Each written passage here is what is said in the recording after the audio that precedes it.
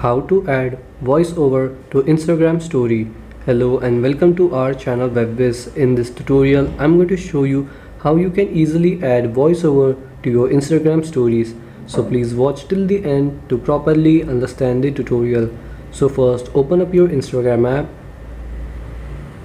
and then go to story.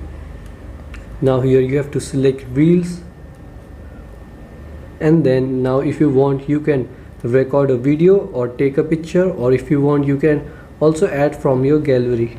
So if you want to add from your gallery, select the photo or video you want to add, and then you have to tap on add here in the top right corner.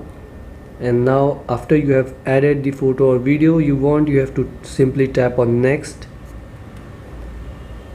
and then here you have to tap on this music icon, and here you will see the voiceover option. So tap on it and then tap here to record, and after you have done recording tap here to stop. Now here tap on done, then tap on back. Now you have to tap on this download icon here in the top right corner. Now wait for it to process, and after the video is saved, go back, again go back, tap on Discord video, and then here select story,